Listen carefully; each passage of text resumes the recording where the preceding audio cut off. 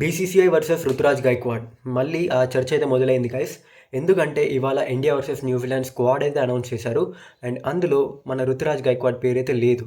ఎందుకు లేదు, ఏ రీజన్ అయితే వాళ్ళు ఇవ్వలేదు.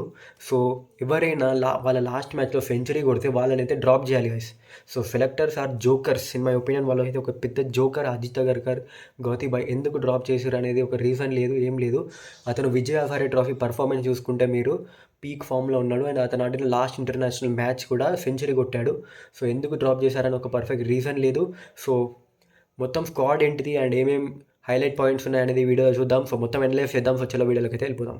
సో గైస్ ఫస్ట్ మనం స్క్వాడ్ అయితే మొత్తం చూసేద్దాం. సో స్క్వాడ్ వచ్చేసి శుభ్మన్ గిల్, రోహిత్ శర్మ, విరాట్ కోహ్లీ, యశస్వి జైస్వాల్, కేఎల్ రాహుల్, రిషబ్ పంట్, శ్రేయస్ అయ్యర్ అయితే సబ్జెక్ట్ ఫిట్నెస్ వేస్ అతనైతే ఇంకా క్లియరెన్స్ రాలేదు బీసీసీఐ హై పర్ఫార్మెన్స్ సెంటర్ నుంచి. సో వన్స్ క్లియరెన్స్ వస్తే అతనైతే వైస్ కెప్టెన్గా ఉంటాడు. అండ్ దాని తర్వాత Ravindra Jadeja is back guys. And Washington Sundar కూడా స్క్వాడ్లో ఉన్నాడు. అక్షర్ పటేల్కి అయితే ప్లేస్ లేదు, ఎందుకంటే అతను T20 వరల్డ్ కప్ స్క్వాడ్లో ఉన్నాడు కాబట్టి. And Nitish Kumar Reddy is back again without any performance. Nitish Kumar రెడ్డికి అయితే మళ్ళీ ఒక ఛాన్స్ ఇచ్చారు, but with performance Ruturaj Gaikwad అయితే డ్రాప్ చేశారు. And Kuldeep Yadav is there. Mohammed Siraj is back guys. So notable point, Mohammed Siraj is back. Harshdeep Singh అయితే ఉన్నాడు. హర్షదీప్ సింగ్ కూడా T20 వరల్డ్ కప్ స్క్వాడ్లో ఉన్నాడు, కాకపోతే ODI స్క్వాడ్లో కూడా హర్షదీప్ సింగ్ ఉన్నాడు. అండ్ హర్షిత్ రాణా, మన all 3 format player Harshit Rana కూడా ఉన్నాడు. And Prasidh Krishna, the run machine Prasidh Krishna కూడా ఉన్నాడు. సో స్క్వాడ్ అయితే ఇది guys. So first major talking point ఏంటిదంటే రుతురాజ్ గైక్వాడ్ నుంచి మొదలు పెడతాం గైస్ మనం. సో రుతురాజ్ గైక్వాడ్ లాస్ట్ గేమ్లో సెంచరీ కొట్టాడు. ఎవరితోని? సౌత్ ఆఫ్రికాతోని. ఎక్కడ? ఇండియాలో సెంచరీ కొట్టిన ప్లేయర్ అట్ నెంబర్ 4 ఆడుతూ ఓకే శ్రేయస్ అయ్యర్ వస్తున్నాడు. ఓకే 15 మెంబర్స్లో కూడా మాకు ప్లేస్ లేదా? Not even in 15 members guys. 15 మెంబర్స్లో కూడా ప్లేస్ లేకపోతే ఎందుకు గైస్? ఇక అజిత్ అగర్కర్ అయితే అతను ఏం తింటాడేమో ఏం అర్థం కాదు. అతను ఎంత తిట్టినా వేస్ట్ అసలు. ఇప్పుడున్న current Ajit Agarkar mind set అయితే. దానికి తోడు మన Gautibhai credit stealer, politics head. అతను వైస్ ప్రిన్సిపల్, అట్లున్నది వాళ్ళందరిది కథ. So Ruturaj Gaikwad has been dropped guys. So అతని గురించి ఆలోచిస్తేనే చాలా బాధ ఉంటుంది. ఒక ప్లేయర్ సెంచరీ కొట్టి డ్రాప్ అవ్వడం అనేది చాలా పెద్ద విషయం అది. సో అతన్ని డ్రాప్ చేసేశారు. అండ్ నెక్స్ట్ మొహమ్మద్ షమీని T20 వరల్డ్ కప్లో తీసుకోలేదు. అండ్ మీరు డొమెస్టిక్ ఫాలో అయ్యి చూడండి. డొమెస్టిక్లో అతని పర్ఫార్మెన్స్ చూడండి, టాప్ నాచ్. ఆ సీమ్ ఏమన్నా జస్ట్ ఒక ఫ్లవర్ మనం మంచిగా చిన్నపిల్లలకి వేస్తుంది చూసినాం, ఇటు తిప్పు అట్లా వేస్తుండు మొహమ్మద్ షమీ.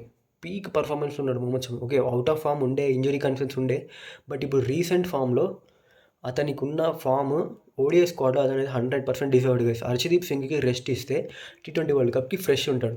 ఎట్లాగో Mohammed Shami T20 world cup స్క్వాడ్లో లేడు. అతనికైనా ఛాన్స్ ఇస్తే కనీసం ప్రూవ్ చేసుకోవచ్చు కదా అతని ఫిట్నెస్ అయినా ఏదైనా. సో అక్కడ వీళ్ళు మిస్ అప్రోచ్ చేశారు. సో మొహమ్మద్ షమీ కూడా స్క్వాడ్లో లేడు, అతన్ని కూడా తీసుకోలేదు. And next major talking points, the goats are back, Rohirat are back guys. So the talking points, hope మళ్ళీ ఆ two non committal guys have to save our team. So 2 non committal guys are back guys. So వాళ్ళు మళ్ళీ ఎలాంటి performance ఇస్తారో చూడాలి. So మంచి పర్ఫార్మెన్సే ఇస్తారు. Hope, God's plan is always great. So మంచిగానే ఆడతారు వాళ్ళు.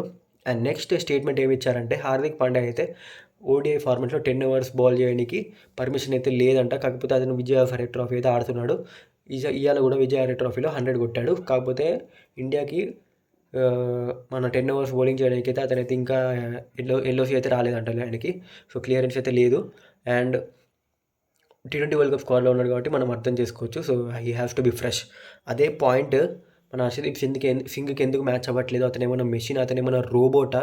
అదైతే మనకు అర్థం కావట్లేదు.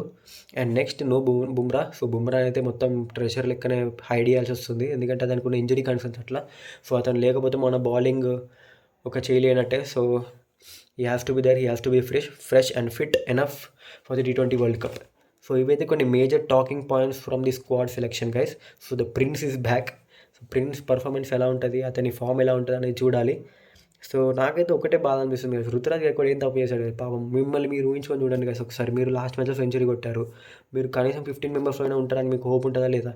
ఓకే శ్రేయస్ అయ్యర్ వచ్చిన నెంబర్ 4 ఈజ్ బ్యాక్, కాకపోతే కనీసం 15 మెంబర్స్ స్క్వాడ్లో అయినా ప్లేస్ ఉండాలి కదా. నితీష్ కుమార్ రెడ్డి ఏం పర్ఫార్మెన్స్ ఇచ్చింది కదా అతను.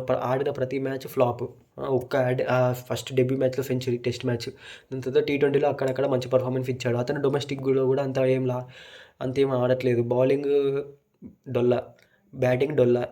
ఇప్పుడు కరెంట్ ఫామ్. అతను మన తెలుగుడు అని అతన్ని బ్యాక్ చేయాలని అలాంటి ఉద్దేశం అయితే మీరు వింటే మాత్రం టాటా బాబాయ్. ఇక్కడ అలాంటిది ఏం లేదు. ఇండియన్ ప్లేయర్ అంటే ఇండియన్ ప్లేయర్ అంతే. సో పర్ఫార్మెన్స్ బేస్డ్లోనే మెరిట్లోనే పిక్ చేయాలి. లేకపోతే అతనికి అంత రిప్యుటేషన్ అయినా ఉండాలి. సో పాస్ట్ పర్ఫార్మెన్స్ అయినా పెద్ద చించాడా అంటే అది లేదు. సో నిన్కేయర్ ఈస్ దేర్.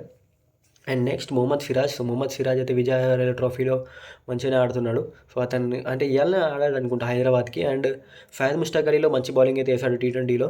సో అతనైతే డిజర్వ్డ్ గైస్. మొహమ్మద్ సిరాజ్ అయితే డిజర్వ్డ్. అండ్ హర్షిత్ రాణా కూడా jokes apart all 3 format player.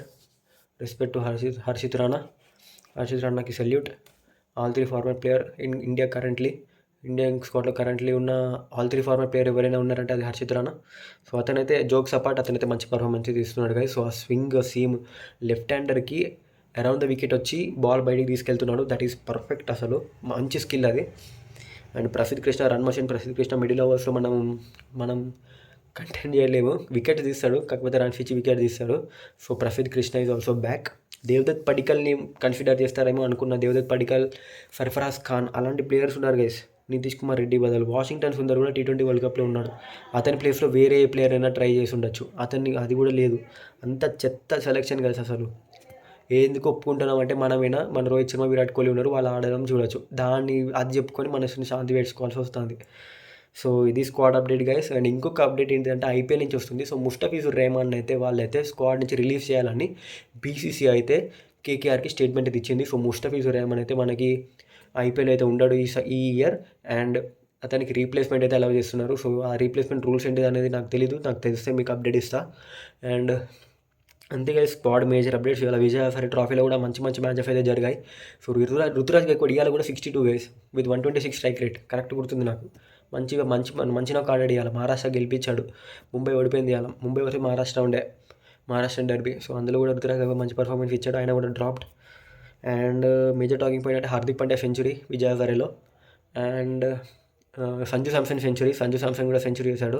Devdutt Padikkal century. Sarfaraz Khan ఆడలేదు ఇవాళ, ఎందుకో తెలీదు. అండ్ ఇంకా ఏమైనా ఉన్నాయా అంటే తమిళనాడు అయితే మళ్ళీ ఓడిపోయింది. సో వాళ్ళైతే వర్స్ట్ ఫామ్లో ఎవరైతే ఉన్నారో 242 కూడా చీఫ్ చేయలేకపోయారు. 215కి ఆల్అవుట్ అయిపోయారు. So that way the major matches and major talking points. Delhi గెలిచింది. ప్రియాంశ్ ఆర్య కూడా మంచి నాక్ ఆడాడు. రిషబ్ పంత్ కూడా మంచి నాక్ ఆడాడు ఇలా. So that wear the major talking points from Vijay Hazare trophy. So ఇలాంటి మంచి క్రికెట్ అప్డేట్స్ మీకు ఇస్తూ ఉంటాను. సో నెక్స్ట్ వెళ్దాం. అంతవరకు బాయ్. అండ్ ఛానల్ సబ్స్క్రైబ్ చేసుకోండి గైస్. ఆ 5 వ్యూస్ అనేది దాటిపియండి. 5 వ్యూస్ దాటాలి కదా మనం. 10 వ్యూస్కి వెళ్దాం. సో నెక్స్ట్ వెళ్దాం. అంతవరకు బాయ్.